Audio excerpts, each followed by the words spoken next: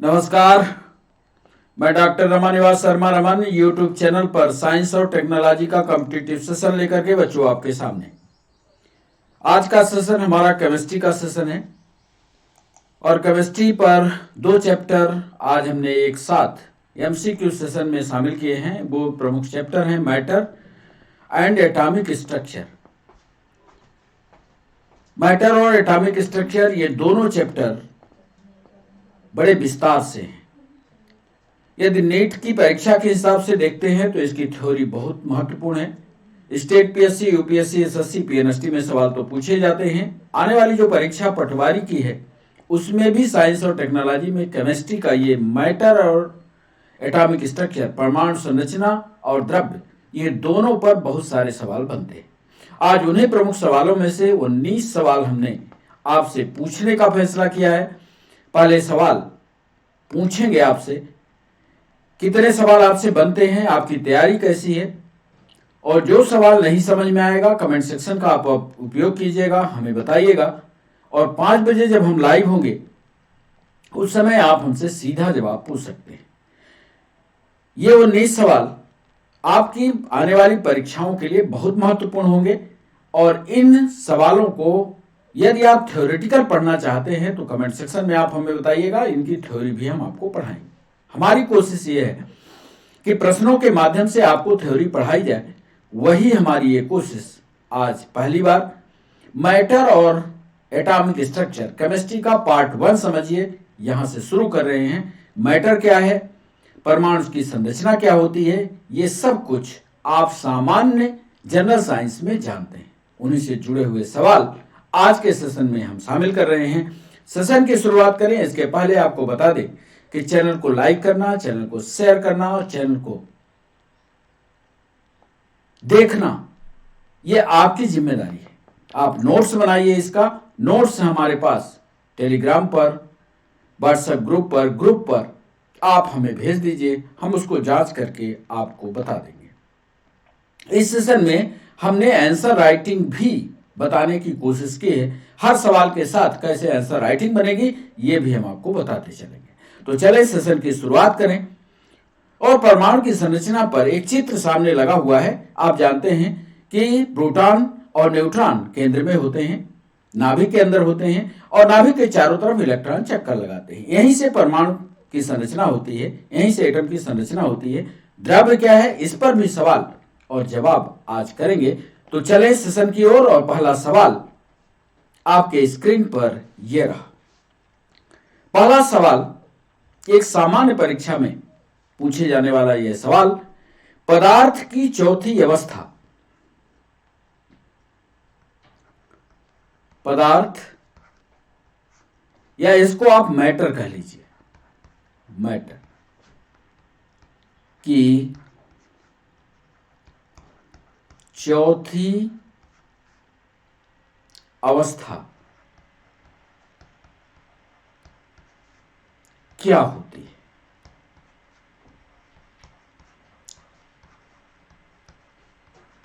पदार्थ की चौथी अवस्था क्या होती है, यह सवाल हमने पूछा। उत्तर आपको पता हो गया होगा। उत्तर आपने कमेंट सेक्शन में बताने की कोशिश कर दी है। पहला ऑप्शन दे रहे हैं, क्या यह गैस है? बी ऑप्शन दे रहे हैं, क्या यह वाष्प है या वेपर है? सी ऑप्शन दे रहे हैं, क्या यह प्लाज्मा है? और डी ऑप्शन दे रहे हैं, क्या यह अवस्था इलेक्ट्रॉन अवस्था है? हमने सवाल पूछा, what is the state of food, what is the state of matter? क्या वो गैस है, क्या वो वाष्प है, क्या वो प्लाज्मा है, क्या वो इलेक्ट्रॉन है? कमेंट सेक्शन में इसका सही जवाब आप लिखिए। तब तक हम आपसे दूसरा सवाल पूछते हैं। बच्चों आपके स्क्रीन पर दूसरा सवाल, सोच समझ कर जवाब दीजिएगा। थोड़ी सी टेक्निक इसमें लगी हुई है, सोच समझ कर दीजिए। ठीक 0 डिग्री, करेक्ट 0 डिग्री पर, ठीक 0 डिग्री सेल्सियस पर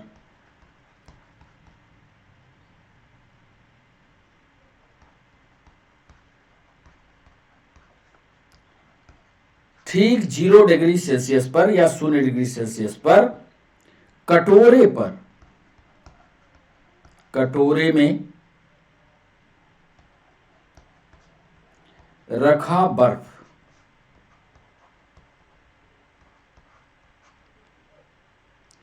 और पानी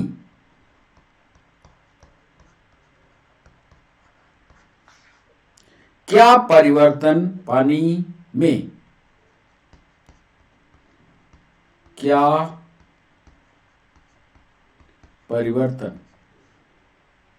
आएंगे? प्रश्न को अच्छे से पढ़ लीजिए।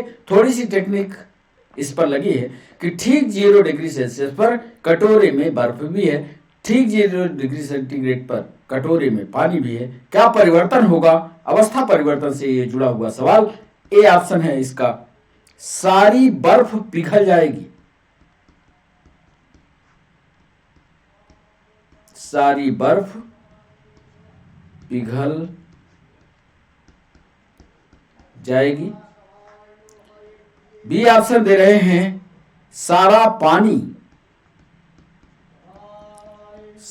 पानी बर्फ बन जाएगा।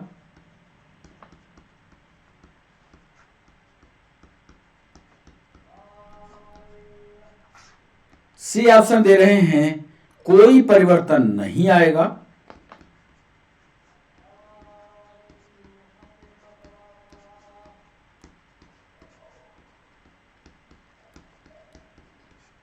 और डी ऑप्शन दे रहे हैं आपको, थोड़ी सी बर्फ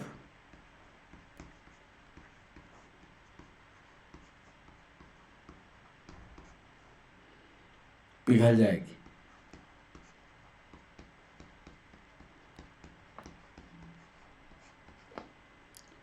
ठीक 0 डिग्री सेल्सियस पर कटोरे में रखा बर्फ और पानी में क्या परिवर्तन होगा? सारी बर्फ पिघल जाएगी, सारा पानी बर्फ बन जाएगा, कोई परिवर्तन नहीं आएगा, थोड़ी सी बर्फ पिघल जाएगी। थोड़ा सा तार्किक सवाल, ये दूसरा सवाल कमेंट सेक्शन में कीजिए जवाब। तब तक हम आपसे तीसरा सवाल पूछते हैं।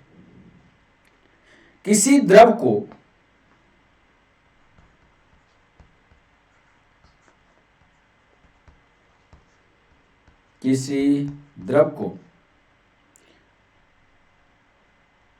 किसी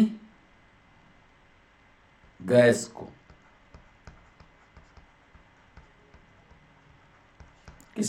को द्रव में, यहां में कर लीजिए, द्रव में बदलने के लिए,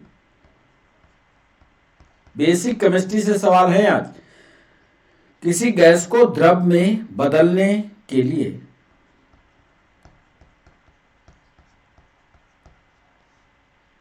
सबसे सरल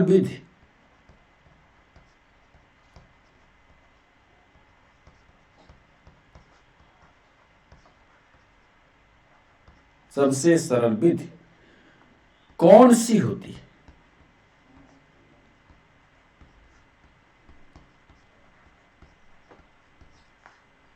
ऑप्शन ए, कम तापमान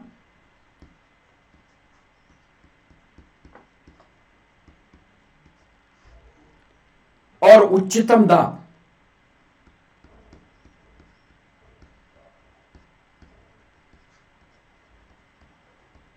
सोच लीजिए। बी ऑप्शन, उच्च तापमान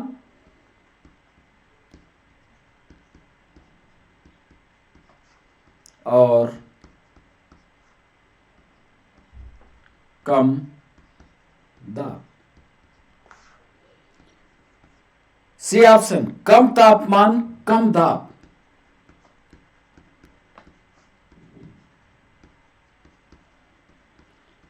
और डी ऑप्शन दे रहे हैं, उच्च तापमान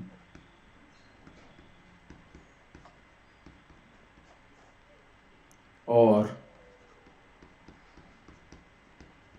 उच्च दाब। सवाल को एक बार पढ़िए। किसी गैस को द्रव में बदलने के लिए सबसे सिंपल मेथड आपको बतानी है, कोई केमिस्ट्री इसमें अप्लाई नहीं करनी है। किसी गैस को द्रव में बदलने के लिए सबसे सरल विधि कौन सी होती है? क्या वो कम तापमान और उच्चतम दाब है? क्या उच्च तापमान और कम दाब है? क्या कम ताप और कम दाब है? उच्च तापमान या उच्च दाब है? सही जवाब कमेंट सेक्शन में कीजिए, हमें बताइए उसका कारण क्या है। चौथा सवाल आपके स्क्रीन पर, वह चुनिए, वह चुनिए जो मिश्रण नहीं है।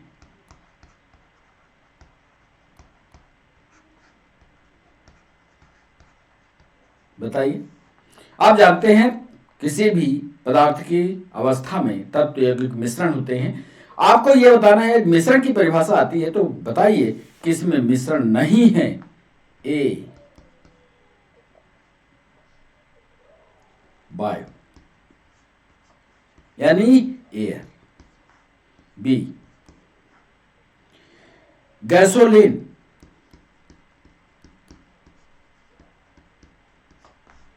सी एलपीजी, एलपीजी यानी liquid petroleum gas, and D distilled water यानी अशुद्ध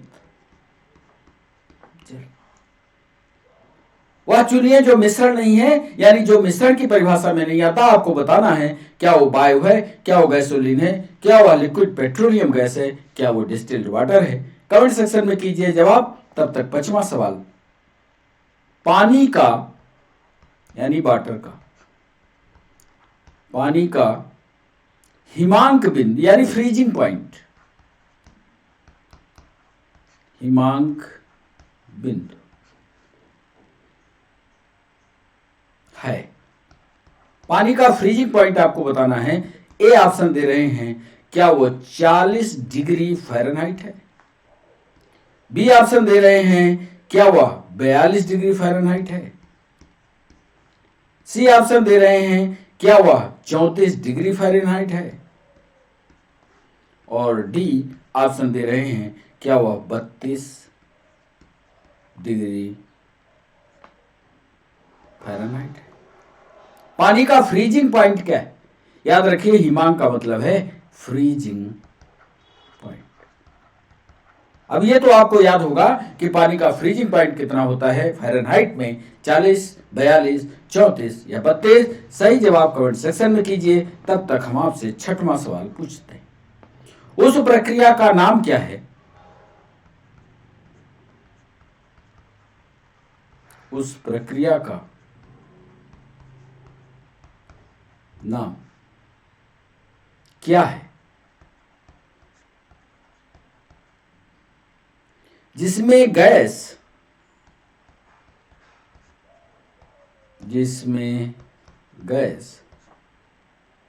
सीधे ही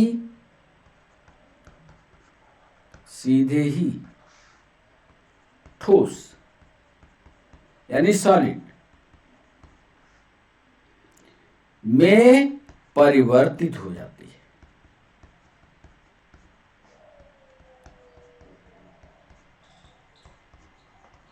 सवाल हमने पूछा, उस प्रक्रिया का नाम बताइए जिसमें गैस सीधे ही ठोस में परिवर्तित हो जाती है। ऑप्शन दे रहे हैं, ए ऑप्शन, क्या वह प्रक्रिया सब्लिमेशन है? ऊर्ध्वपातन है क्या? क्या वह प्रक्रिया डिपोजिशन है?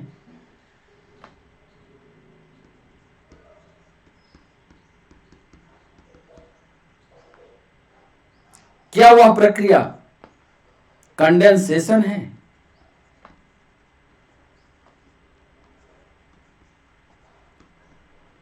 और चौथे में आपसे प्रक्रिया पूछ रहे हैं, क्या वह प्रक्रिया इवापोरेशन है, ऊर्ध्वपातन है या बाष्पन है? उस प्रक्रिया का नाम क्या है जिसमें गैस सीधे ही ठोस में बदल रही है? क्या वो सब्लिमेशन है, क्या वो डिपोजिशन है, क्या वो कंडेंसेशन है, क्या वो इवापोरेशन है? यदि आपने सारी विधियां पढ़ी होगी तो आज जवाब आपसे तुरंत बनेगा। कमेंट सेक्शन में छठवें को करिए जवाब। तब तक सातवां सवाल, सही कथन का चयन कीजिए।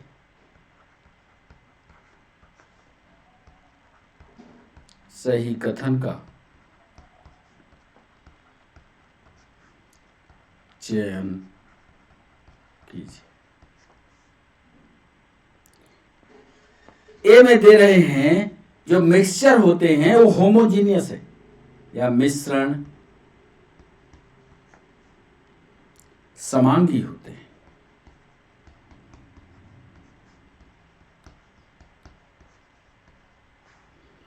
बी ऑप्शन दे रहे हैं एक मिश्रण में घटक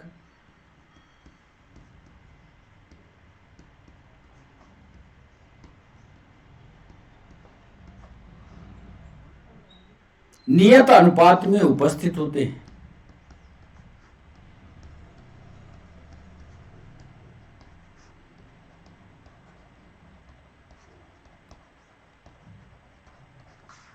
सी ऑप्शन दे रहे हैं किसी मिश्रण में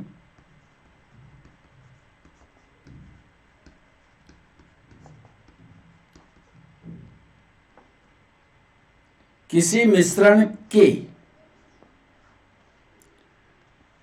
घटकों को पृथक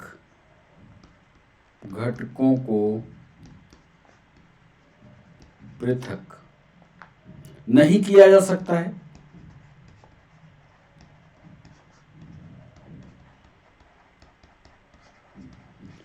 और डी ऑप्शन दे रहे हैं एक मिश्रण के गुणधर्म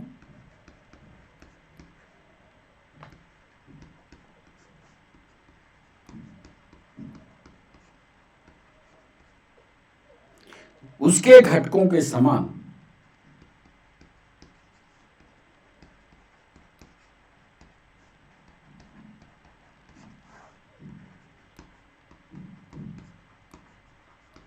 सवाल को पढ़िएगा, सही कथन का चयन करना है। मिश्रण समांगी होते हैं, एक मिश्रण के घटक नियत अनुपात में उपस्थित होते हैं। किसी मिश्रण के कंपोनेंट की बात करें, घटक का मतलब कंपोनेंट, किसी मिश्रण के घटकों को पृथक नहीं किया जा सकता। एक मिश्रण के गुणधर्म उसके घटकों के समान हो जाते हैं। 7वां सवाल कीजिए, कमेंट सेक्शन में इसका जवाब बताइए। तब तक 8वां सवाल आपके स्क्रीन पर ये रहा। बादल यानी क्लाउड, बादल किसका कोलाइडल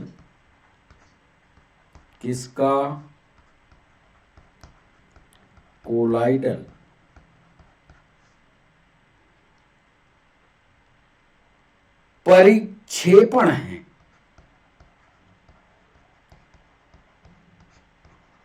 यूपीएससी ने सवाल पूछा था बादल क्या है, बादल की परिभाषा पूछी थी। आज बादल की परिभाषा ये देखिए, बादल किसका कोलाइडल परिक्षेपण है। ए ऑप्शन देखिए, सारे ऑप्शन को ध्यान से पढ़िएगा। जल के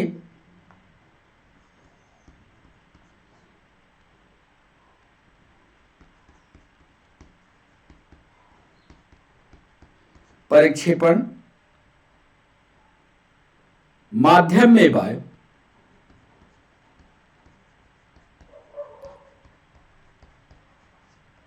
मीडियम इसका वायु, और जल जो है वो नीचे जाकर के बैठ जाए। बी ऑप्शन देखिए, जल के परिक्षेपण, जल के परिक्षेपण माध्यम में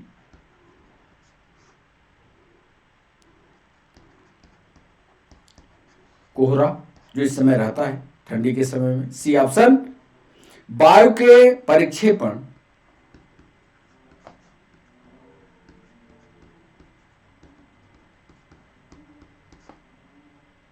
माध्यम में कुहासा,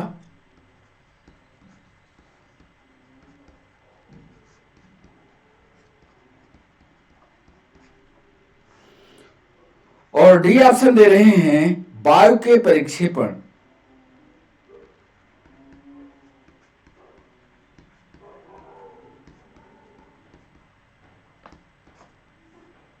माध्यम में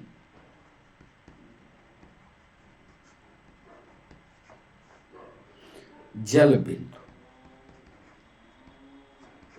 8वां सवाल हमने पूछा बादल किसका कोलाइडल परिक्षेपण है, जल के परिक्षेपण माध्यम में वायु है, जल के परिक्षेपण माध्यम में कोहरा है, वायु के परिक्षेपण माध्यम में कुहासा है, वायु के परिक्षेपण माध्यम में जल बिंदु है। सही जवाब कमेंट सेक्शन में बताइएगा।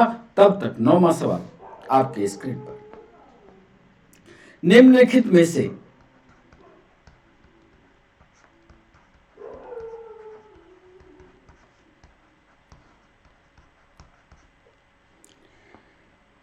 कौन एक ठोस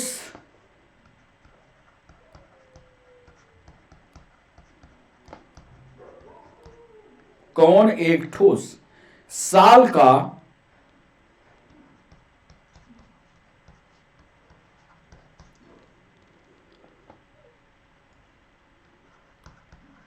एक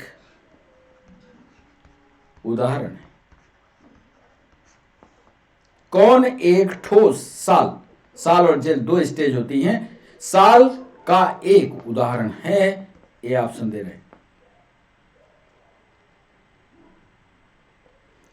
मैग्नीशिया मिल्क,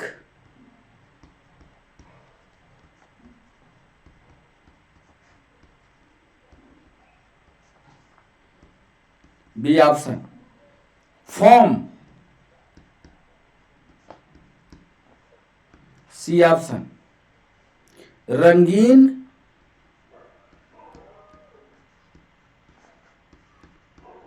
रत्न भी इसको बोलते हैं, रंगीन पत्थर।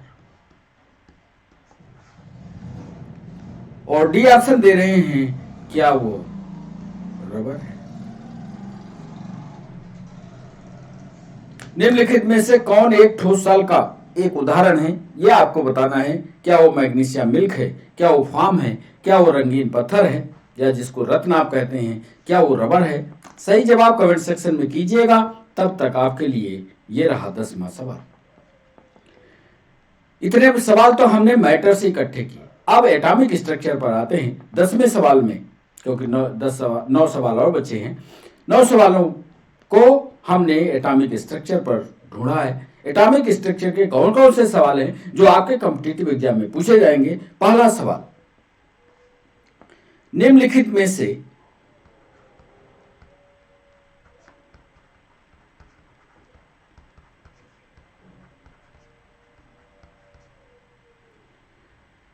वे कौन से कण हैं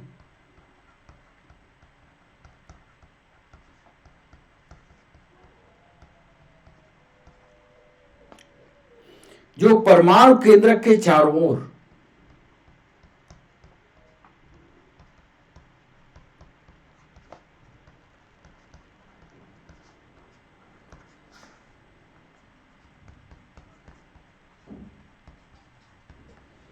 निम्नलिखित में से वो कौन से कण हैं जो परमाणु केंद्रक के चारों ओर घूमते हैं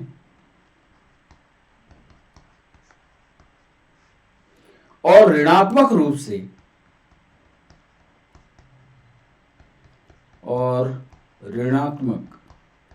से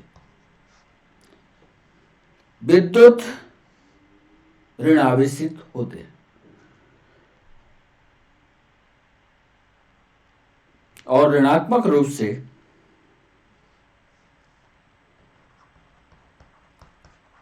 आवेशित? बड़ा सरल सवाल है। 10वां सवाल, ए ऑप्शन दे रहे हैं। क्या वो इलेक्ट्रॉन है? बी ऑप्शन, क्या वह प्रोटॉन है? सी ऑप्शन, क्या वह पॉजिट्रॉन है?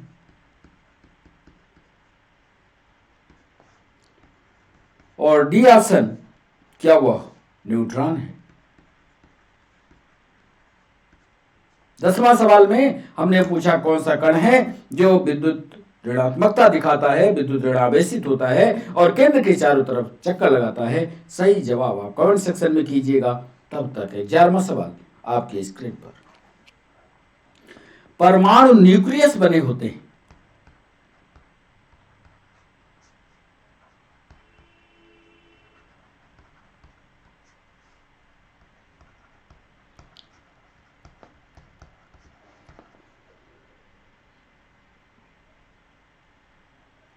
परमाणु नाभिक एटॉमिक न्यूक्लियस बने होते हैं। किसके बने होते हैं साहब, ये बताइए। ए में दे रहे हैं प्रोटॉन और इलेक्ट्रॉनों से,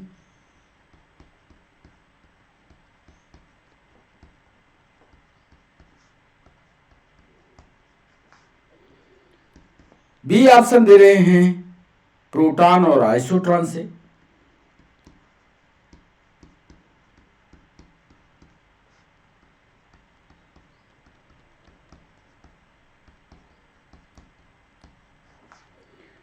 सी ऑप्शन दे रहे हैं इलेक्ट्रॉन और न्यूट्रॉन से,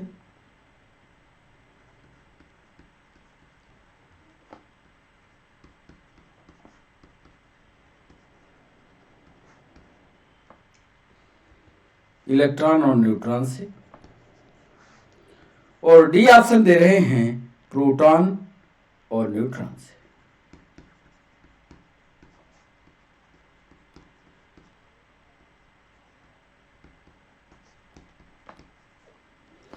परमाणु नाभिक या एटॉमिक न्यूक्लियस किसका बना होता है, या नाभिक के अंदर कौन पाया जाता है। कुल मिलाकर के ये सवाल 11वां सवाल है। इसमें हमने पूछा क्या वो प्रोटॉन और इलेक्ट्रॉन से मिलकर के बनता है, क्या वो प्रोटॉन और आइसोट्रॉन से बनता है, इलेक्ट्रॉन और न्यूट्रॉन से बनता है, कि प्रोटॉन और न्यूट्रॉन से बनता है। कमेंट सेक्शन में 11वें का जवाब आप बताइए। तब तक 12वां सवाल आपके स्क्रीन पर ये रहा, न्यूक्लियस में या केंद्रक में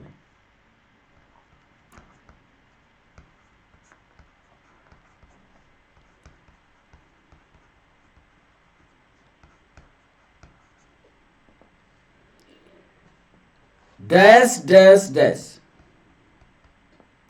परमाणु क्रमांक को दर्शाता है, परमाणु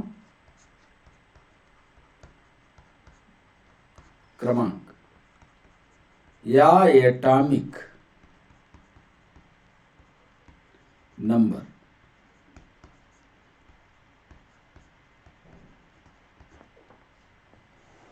कौन दर्शाता है भाई, ये आप बताइएगा। ए ऑप्शन, क्या यह प्रोटॉन है। बी ऑप्शन, क्या यह न्यूट्रॉन है। सी ऑप्शन, क्या यह इलेक्ट्रॉन है।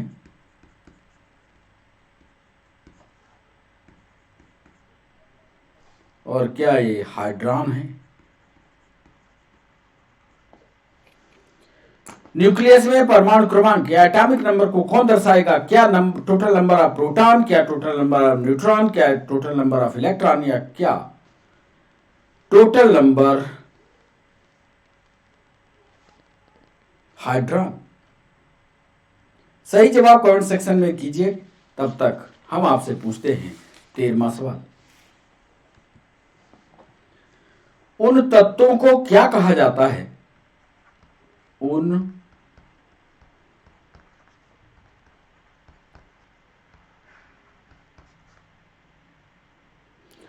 तत्वों को क्या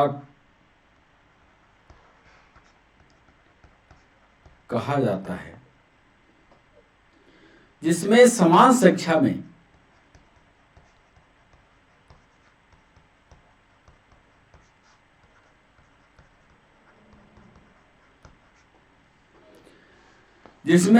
संख्या में प्रोटॉन और विभिन्न संख्या में न्यूट्रॉन।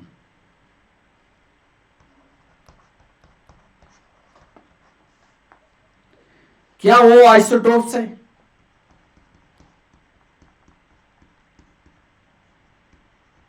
या समस्थानिक है। क्या वो आइसोमर हैं या समावयवी हैं। क्या वो समभार परमाणु हैं।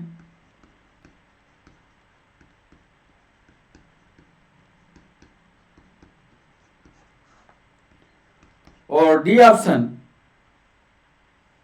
क्या वो अपरूप हैं?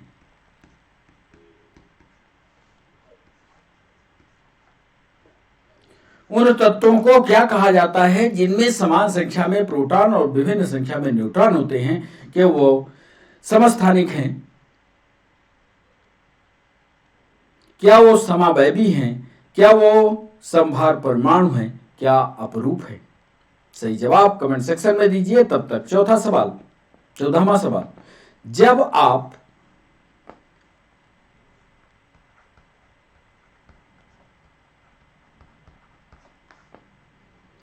एक परमाणु के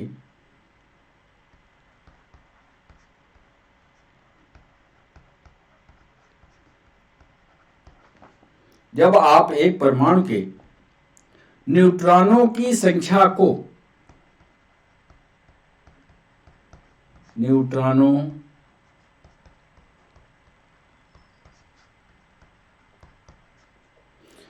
जब आप एक परमाणु के न्यूट्रॉनों की संख्या को बदल देते हैं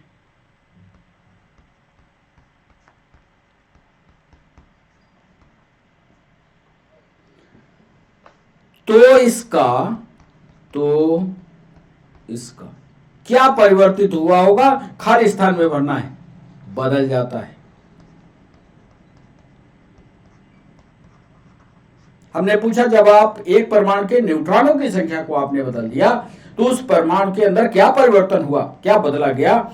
क्या वो बदलने वाली चीज समस्थानिक कहलाएगी?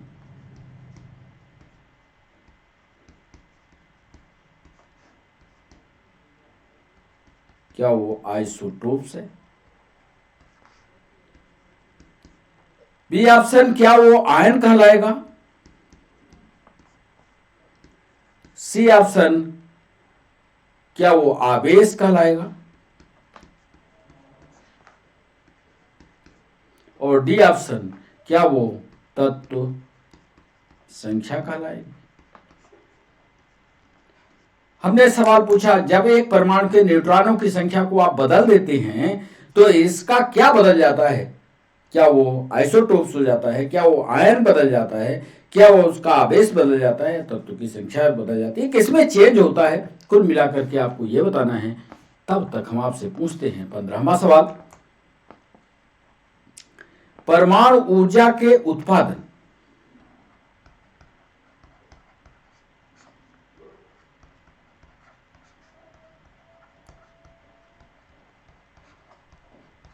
परमाणु ऊर्जा के उत्पादन में प्रयोग किया जाने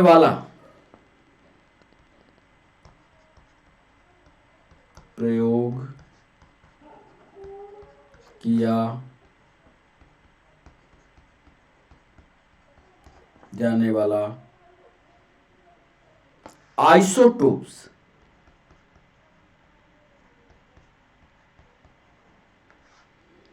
या इसको आप कह सकते हैं समस्थानिक।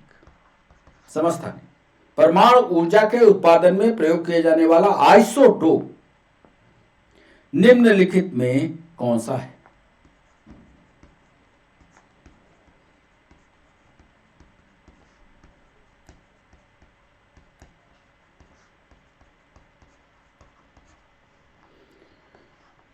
ऑप्शन देखिएगा, क्या वो यूरेनियम 235 है?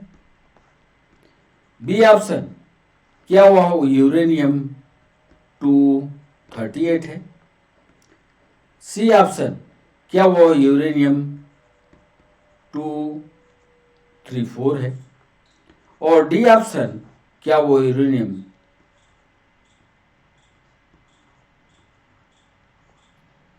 236 है?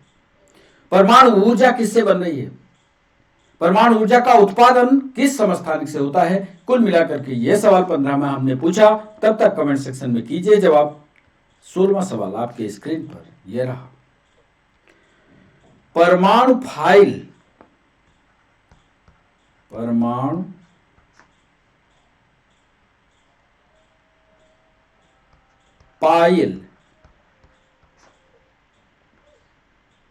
का प्रयोग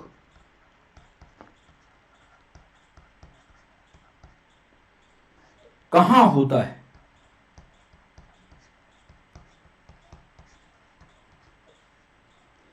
परमाणु पाइल का प्रयोग कहां होता है? यह सवाल है ए ऑप्शन यक्स किरणों के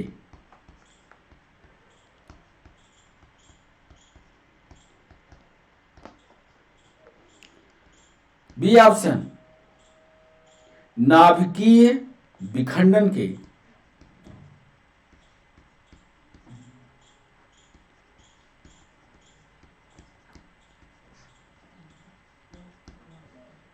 प्रचालन में या चालन में। कहां परमाणु पाइल का इस्तेमाल हो रहा है यह बताना है, नाभिकीय विखंडन के प्रचालन में। सी ऑप्शन दे रहे हैं ताप नाभिकीय संलयन के, ताप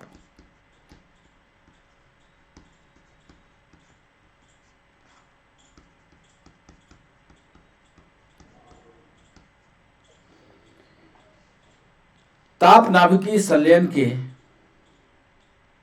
ताप नाभिकीय संलयन के चालन में। और डी ऑप्शन दे रहे हैं परमाणु त्वरण में।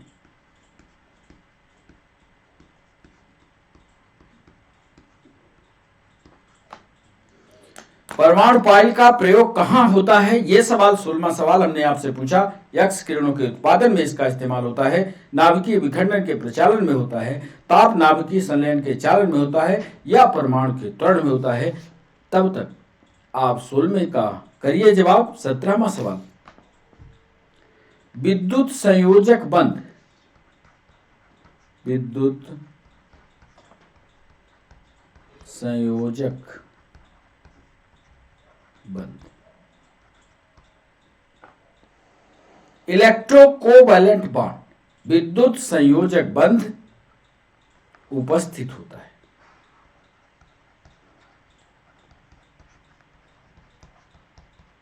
या विद्युत संयोजक बंध किसमें पाया जाता है? 4 उदाहरण हम देंगे, इसमें से एक में पाया जाता है और वो कौन सा है ये आपको बताना है। तो विद्युत संयोजक बंध उपस्थित होता है ए ऑप्शन साधारण लवण में,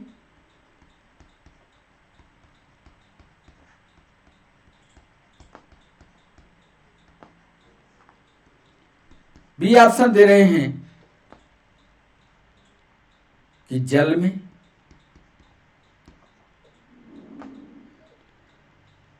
सी ऑप्शन दे रहे हैं शुगर में यानी चीनी में, और डी ऑप्शन दे रहे हैं इन सभी में।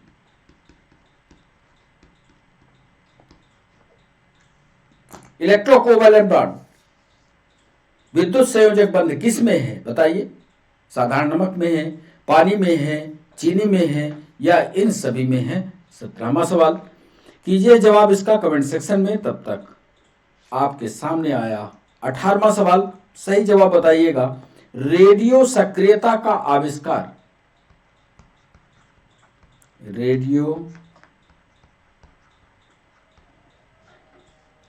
सक्रियता यानी रेडियो एक्टिविटी, रेडियो सक्रियता का आविष्कार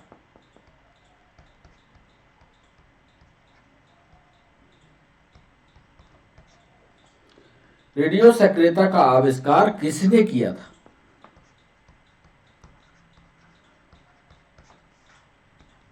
ये था सवाल, रेडियो सक्रियता का आविष्कार किसने किया था? क्या वो मैक्स प्लांक थे?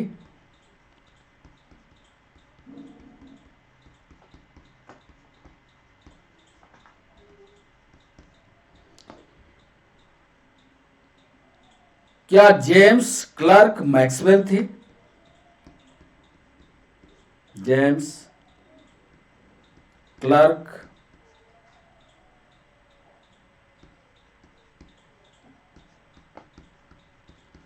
मैक्सवेल थे। तीसरा सवाल है हेनरी बैकुरल थे।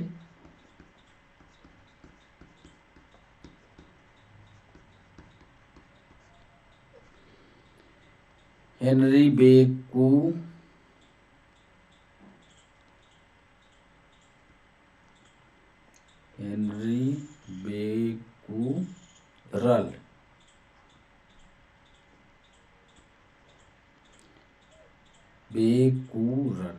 क्या वो हेनरी बैकुरल थे? और डी ऑप्शन दे रहे हैं, क्या वह हिनरिच हार्ट्ज थे? हिनरिच हार्ट्ज थे। रेडियो सक्रियता की खोज करने वाले साइंटिस्ट का नाम हम 18वें सवाल में आपसे पूछ रहे हैं। क्या वो मैक्स प्लांक थे? क्या जेम्स क्लर्क मैक्सवेल थे? क्या हेनरी बैकुरल थे? और क्या हेनरिच बार्गन थे? सही जवाब कमेंट सेक्शन में दीजिएगा। और आज के सेशन का अंतिम सवाल अब आपके सामने 19वां सवाल, रेडियो कार्बन काल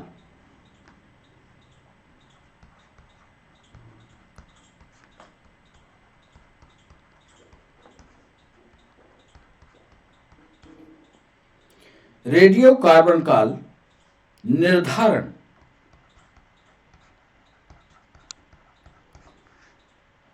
किसकी आयु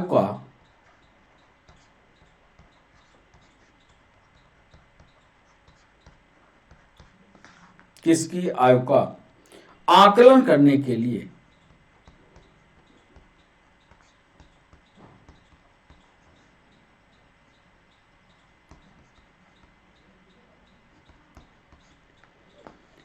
रेडियो कार्बन काल निर्धारण किसकी आयु का आकलन करने के लिए प्रयुक्त किया जाता है?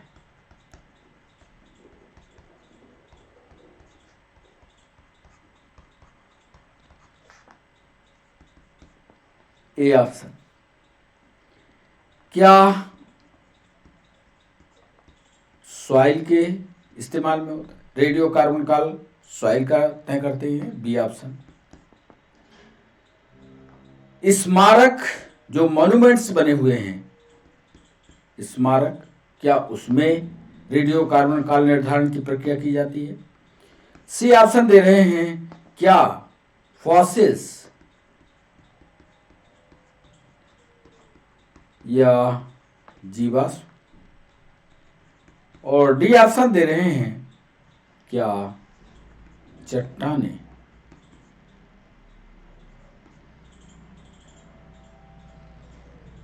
क्या चट्टानों की आयु आकलन?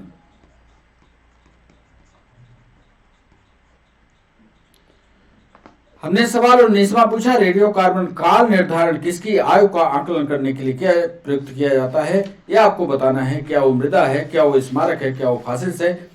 या चट्टानों के आयु आकलन में इस्तेमाल की जाते हैं?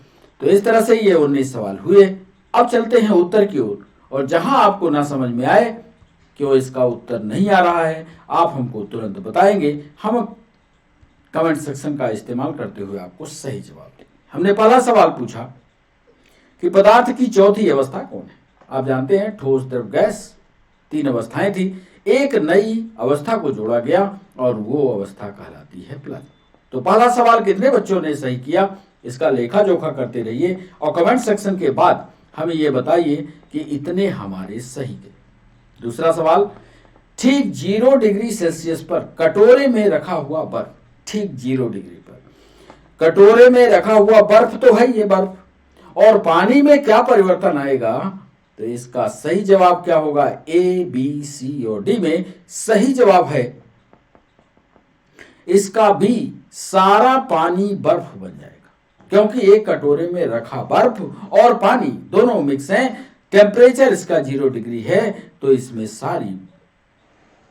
सारा जो पानी है वो बर्फ में बदल जाएगा। तीसरा सवाल, किसी गैस को द्रव में बदलने के लिए सबसे सरल विधि, किसी भी गैस को द्रव में बदलना तो सबसे सरल विधि है बताइए। तीसरा सवाल, और सबसे सरल विधि, कम तापमान कर दिया जाए और दबाव बढ़ा दिया जाए। यदि कम तापमान पर दबाव बढ़ाया जाएगा तो जो गैस है वो तरल में बदल जाएगी। देख लीजिएगा इसका सिद्धांत। वह चुनिए जो मिश्रण नहीं है। चौथे में वह चुनिए जो मिश्रण नहीं है। तो इसमें वायु तो एक मिश्रण है, गैसोलीन भी एक मिश्रण है, लिक्विड पेट्रोलियम गैस भी एक मिश्रण है नहीं, तो ये डी यानी डिस्टिल्ड वाटर, डिस्टिल्ड। आशुद्ध जल मिश्रण नहीं है। पांचवा सवाल, पानी का हिमांक बिंदु क्या है? ये तो रटने वाली चीज है, आपने रटा भी होगा। क्या 40 है, 42 है, 34 है या 32 है? फ्रीजिंग पॉइंट जो पानी का होता है वह 32 डिग्री फ़ारेनहाइट होता है, 32 डिग्री फ़ारेनहाइट होता है। उस प्रक्रिया का नाम क्या है जिसमें गैस सीधे ठोस में परिवर्तित हो जाती है? वो ना तो सब्लिमेशन है, ना कंडेंसेशन है, ना इवापोरेशन है, वो प्रोसेस सीधे सीधे डिपोजिशन की कहलाती है, जिसमें गैस सीधे ठोस में बदल जाए। ये प्रक्रिया डिपोजिशन, डिपॉजिट हो जाना, डिपोजिशन की कहलाती है। 7वां सवाल हमने पूछा था, सही कथन का चयन कीजिए। 7वें सवाल में मिश्रण समांगी होते हैं। एक मिश्रण के घटक नियत अनुपात में उपस्थित होते हैं। किसी मिश्रण के घटकों को पृथक नहीं किया जा सकता। एक मिश्रण के गुणधर्म उसके घटकों के समान हो जाते हैं। यानी 7वें सवाल का सही जवाब होगा, एक मिश्रण के गुणधर्म उसके घटकों के समान हो जाते हैं, जो उसके कंपोनेंट हैं। तो मिश्रण में कंपोनेंट समझ में आएगा। ऐसा नहीं है कि उसका स्वाद या ये परिवर्तन, उसका रासायनिक गुण में तो कोई परिवर्तन हो नहीं रहा। तो इस एक मिश्रण के गुणधर्म उसको घटकों के समान हो जाते हैं। 8वां सवाल, बादल किसका कोलाइडर परिक्षेपण है? बादल कैसे बनते हैं? यदि ये प्रक्रिया आपको आती होगी तो ये जवाब आपको बन जाएगा, उत्तर आ जाएगा आपके पास। 8वें सवाल का सही जवाब होगा, वायु के परिक्षेपण माध्यम में, वायु नीचे है, अब वायु के परिक्षेपण माध्यम में यदि पानी के कण आकर के फंस जाते हैं तो वो बादल बन जाते हैं। यही बादल की परिभाषा पीएससी ने भी आंसर राइटिंग के सेशन में पूछी थी। तो ये 8वां सवाल। 9वां सवाल, निम्नलिखित में से कौन सा एक ठोस साल का एक उदाहरण है? 9वें सवाल में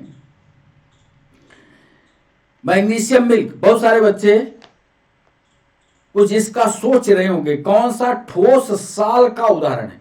साल होता है एक अवस्था जल की होती है। अब इसमें जो आप अंगूठी में रत्नों का इस्तेमाल करते हैं वो एक ठोस साल का रूप होता है, यानी इसका रंगीन रत्न पत्थर सही जवाब होगा।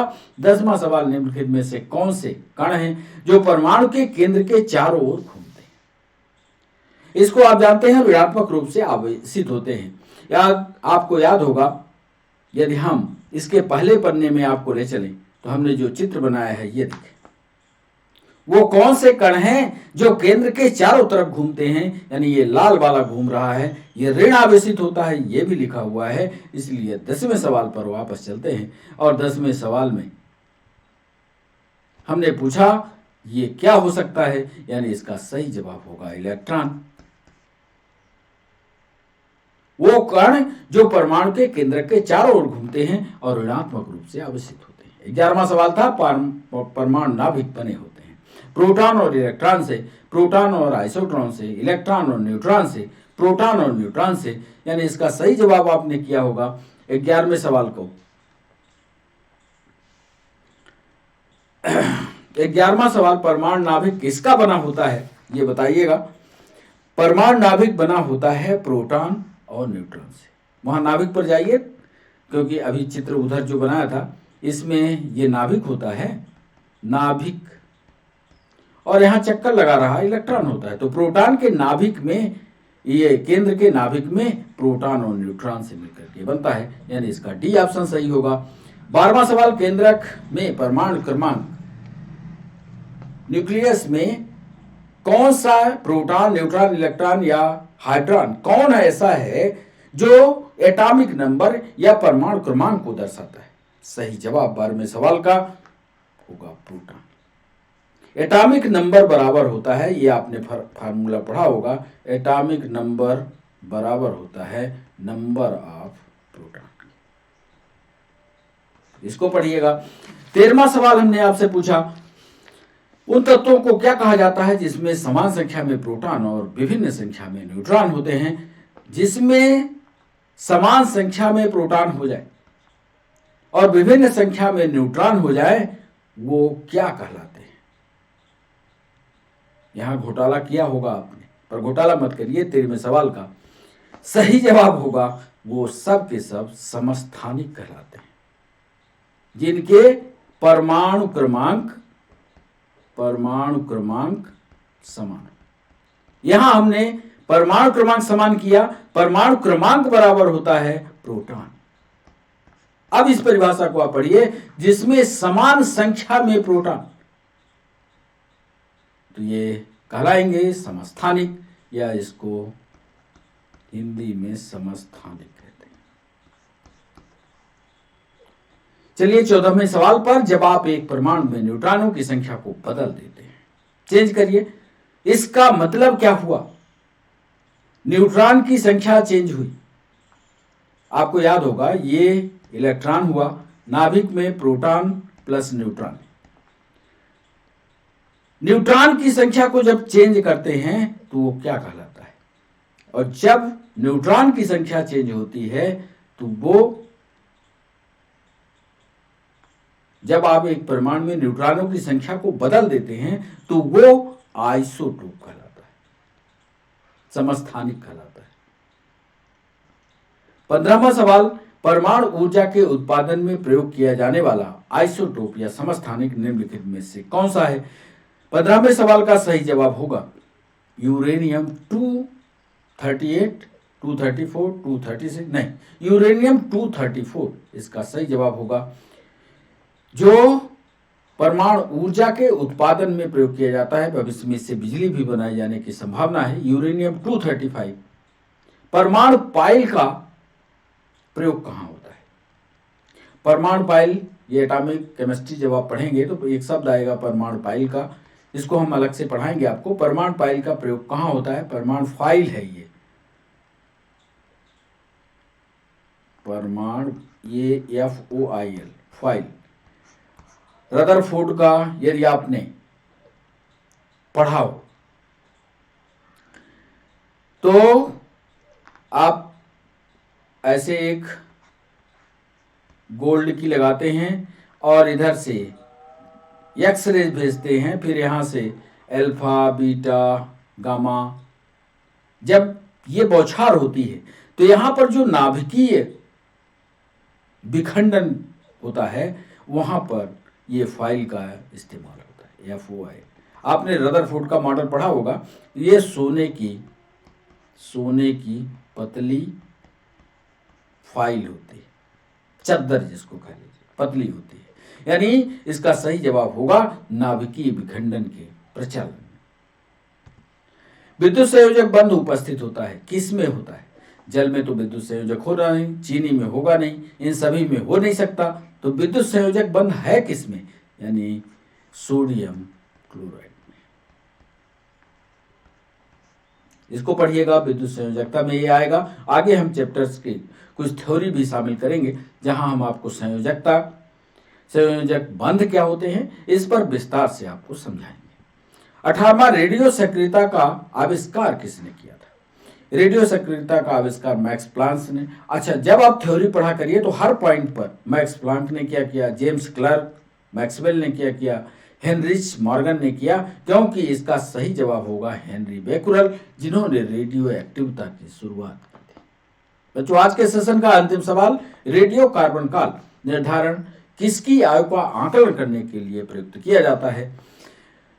तो इसका सही जवाब होगा मृदा का तो करते नहीं, स्मारकों का तो करते नहीं, चट्टानों की आयु का आकलन इससे नहीं होता। इससे किसका होता है। 19वां सवाल, इसका फॉसिल्स जो जमीन में चले जाते हैं और लंबे वक्त के बाद जब उनको खोदा जाता है तो वो जो जीवाश्म हैं उनकी आयु कितनी है, ये पता करने के लिए रेडियो कार्बन काल निर्धारण विधि का इस्तेमाल किया जाता है। तो इस तरह से ये 19 सवाल हुए। 19 सवाल कैसे लगे आपको, क्या आपने इनकी थ्योरी पढ़ ली है? नई थ्योरी पढ़ी है तो एक बार मैटर एंड इट्स कंपोजिशन और एटॉमिक स्ट्रक्चर पर एक विस्तार से नजर डालिए, आप उससे सवाल निकालिए और उन सवालों को आप बताने की, पढ़ने की कोशिश कीजिए। कॉम्पिटिटिव एग्जाम में ऐसे ही सवाल पूछे जाएंगे।